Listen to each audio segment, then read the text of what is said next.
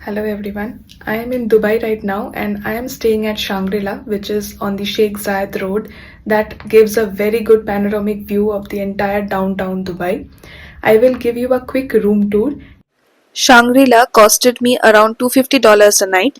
I was in Dubai for work and wanted to be close to the downtown and business center, but if you are here as a tourist, you can find more affordable options in the Bar Dubai, Karama or Dera neighborhoods.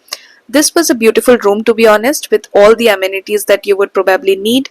There were 3 4 mirrors, a very comfortable bed, workstation, ample lamps, but my favorite spot was this cozy corner.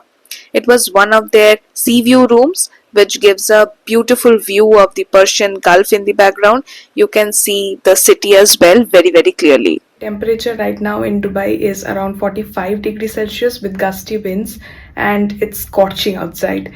If you are planning to travel in the off season, that is June to August, hear me out. You can get amazing deals on hotels activities around this time. Most tourist spots are practically empty and you get to click amazing pictures minus the crowd. Like I went up the Burj Khalifa and was probably the only one up there for the initial 10 15 minutes or so. But here is a catch. I went to the Dubai Mall as well but could not see the fountain show as they run the yearly maintenance during the off season.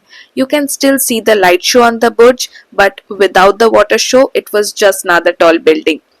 The Global Village was another major miss, which runs from October to May. You need to be mindful of the sun and temperatures out there.